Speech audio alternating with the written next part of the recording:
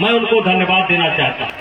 लेकिन मेरे भाइयों, मैंने सन 1992 में नारा दिया था। जब मैं पहली बार एमपी बना तो मैं सोचने लगा कि समाज के लिए मैं क्या करूं, और सोचते सोचते मेरा चिंतन उभरा था कि स्वस्थ देवी पाटन मंडल, साक्षर देवी पाटन मंडल और हरा भरा पाटन मंडल। और तब से लगातार हम उस प्रयास पर चल रहे हैं, उस तरफ चल रहे हैं। मेरे बच्चों, मैं कह रहा हूं कि दुनिया क्या कर रही है मत देखो, आप क्या कर रहे हो ये देखो। आपका ये सांसद बचपन में गाय चराया है, भैंस चराया है, दूध निकाला, दूध निकाला है, और 300 रुपया ट्राली पर हमने भाड़े पर गन्ना लादा है नताई।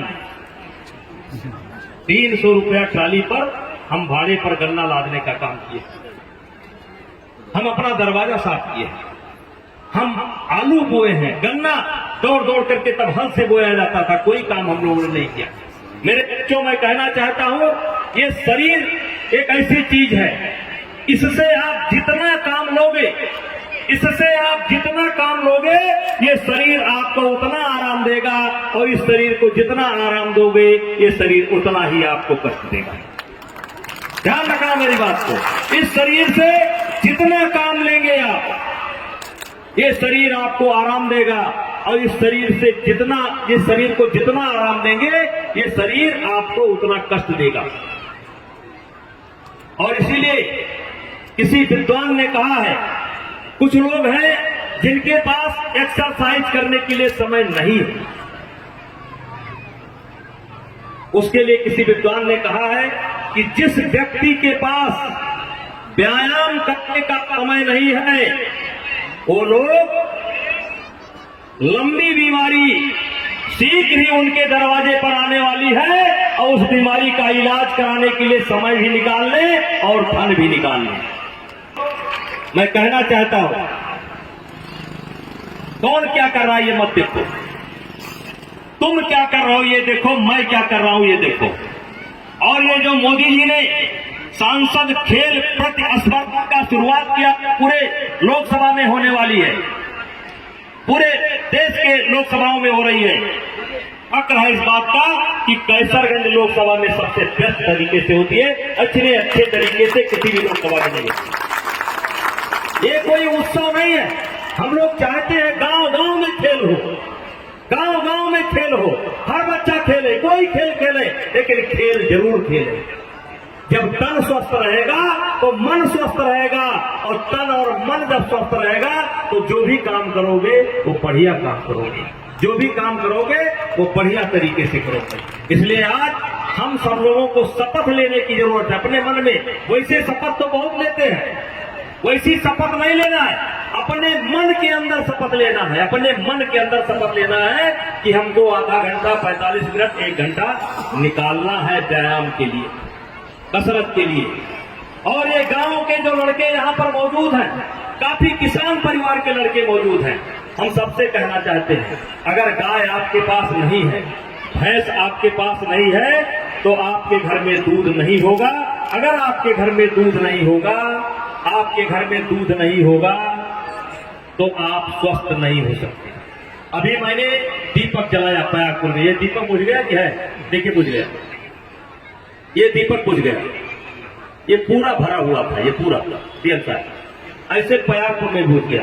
अब सोचो, ये कंपनियां, ये विज्ञापन करने वाले लोग हमारे साथ कितना मजाक कर रहे हैं।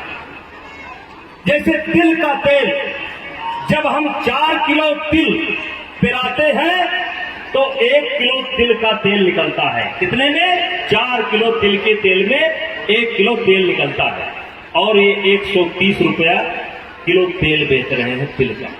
और उसका नतीजा देखिए, वो दीपक जलाया था, फड़फड़ा करके बुझ गया। देख लीजिए, उसमें एक बूंद भी तेल नहीं, देख लीजिए।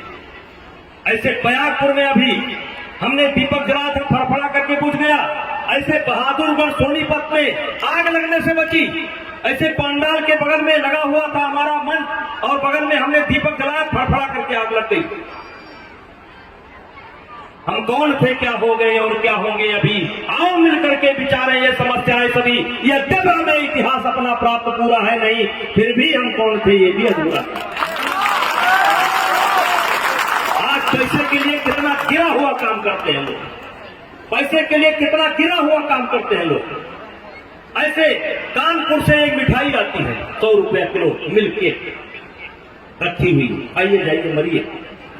इतना कैंसर कभी नहीं होता था, इतना हार्ट अटैक कभी नहीं होता था, इतना शुगर और ब्लड प्रेशर के मरीज कभी नहीं थे।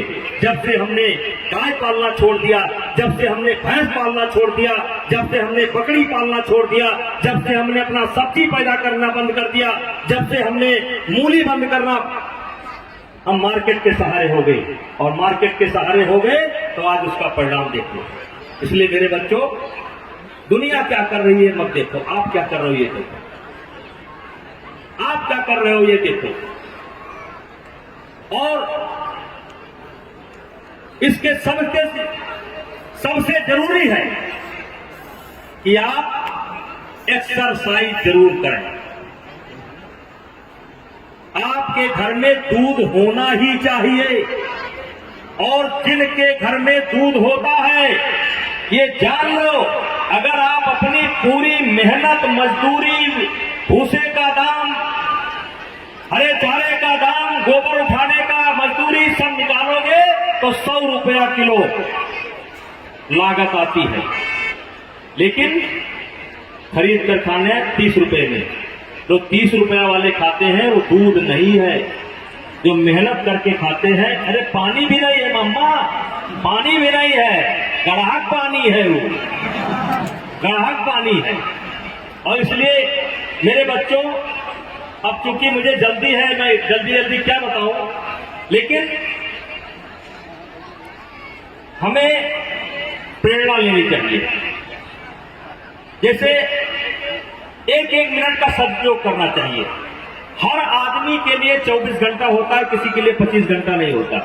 आप हमारे देश के प्रधानमंत्री के कार्यक्रम देखिए, कै बजे शुरू होते हैं, कै बजे बंद होते हैं, और फिर उनका सिस्टम देखिए। आज तक किसी कार्यक्रम में 5 मिनट के लिए लेट नहीं होते। वैसे मैं भी लेट नहीं होता, लेकिन वो भी लेट नहीं होते। और कुछ लोग घंटों लेट हो जाते हैं, 2 घंटा लेट हो जाते हैं। तो मेरे बच्चों, मैं कहना चाहता हूं कि आपका भविष्य भी आपके हाथ में। जैसा बनाना चाहोगे ये बन जाओगे, जिधर जाना चाहोगे वो रास्ता आपको मिल जाएगा। और रास्ता कोई भी हो, उस पर अगर जाना है तो स्वस्थ रहना बहुत जरूरी है। और स्वस्थ रहने का एक ही संसाधन है कि हमारे घर में हम अपने, अभी आपने मोटे अनाज की बात की, मोटे अनाज की। या जानते हो, मोटा अनाज फैशन हो गया है। लोग कहते हैं आओ आओ, आज हमने मक्के की रोटी बनवाई। पहले मक्के की रोटी गरीबी की पहचान थी, कभी बाजरे की रोटी गरीबी की पहचान थी। आज गर्व से कहते हैं आओ आओ, आज हमने बाजरे की रोटी बनवाई है, आज हमने जो है मक्के की रोटी बनवाई है। इसलिए मेरे बच्चों, मैं ज्यादा समय न लेते हुए, क्योंकि खेल कूद भी बहुत है, और ज्यादा अच्छा होगा कि आप अपने आप से बात करो, अपने सोचो, अपने आप सोचो कि हमें क्या करना चाहिए। हम तो आपसे कहते हैं कि खेल जरूर खेलो, अगर खेती बाड़ी से जुड़े हो तो थोड़ा सा पसीना अपने खेती बाड़ी में बहाओ, अगर व्यापार होता है आपके घर में तो थोड़ा सा देर व्यापार में भी अपने मन को लगाओ। दुनिया में किसी के जीवन में यह अवसर नहीं आया है कि घर से निकले और 5 गोरा रुपया मिल जाए, ऐसा किसी के साथ हुआ नहीं है। आपके घर में लक्ष्मी आएंगी तो आपके मेहनत से आएंगी, आपके परिश्रम से आएंगी, अपने आप नहीं आएंगे। इसलिए जहां भी जुड़े हो, खेती से जुड़े हो तो खेती से जुड़ो, बिजनेस से आपका छोटा मोटा कारोबार है तो उस कारोबार से जुड़ो, लेकिन इस शरीर को खपाते रहो, आराम मत करो। जब आराम करना है तब आराम करो। ये मानव जीवन का दुर्लभ है, इसके महत्व को समझो।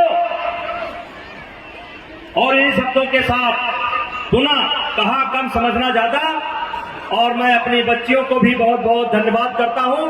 और अभी कुछ सूचना देना चाहता हूं इसकी सारी फाइनल प्रतियोगिता नंदिनी नगर में होगी। नंदिनी नगर में आप लोगों को सूचना दिया जाएगा। कुछ बच्चे गाने बजाने का शौक रखते हैं। हमने बहुत कार्यक्रम कराए, लेकिन गाने बजाने का हम कोई कार्यक्रम नहीं कराते थे। इस बार 1 तारीख से लेकर के 6 तारीख तक लगातार नंदिनी नगर में बच्चों को लगा होगा, यहाँ बोर्ड लगा भैया, कुछ बोर्ड लगा होगा, मतलब गाने बजाने से गीत गाते हैं, संगीत बजाते, कुछ करते हैं, उसकी एक पूरा 6 दिन तक सिलसिला वहां पर चलेगा। उसमें भाग लीजिए। और 8 जनवरी को मेरा जन्मदिन पड़ता है। इस बार जैसे बहराइच में कल परीक्षा है, 18 तारीख को परीक्षा है, 18 को है।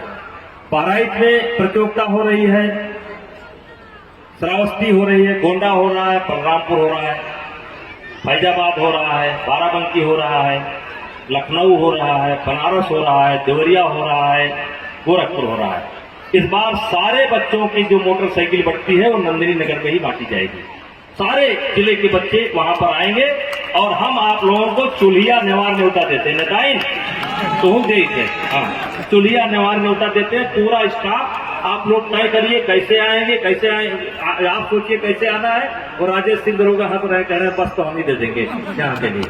तो कैसे आना है आप लोग सोचिए। इस बार आपको आना है और अयोध्या में, नंदिनी नगर अयोध्या में है, आना है और वहां पर कार्यक्रम होंगे, उस कार्यक्रम को देखना है।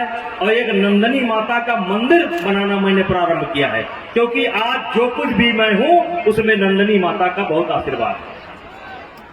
नंदिनी माता का बहुत बड़ा आशीर्वाद है मेरे जीवन में। उसके महत्व को मैं कहां तक बताऊं।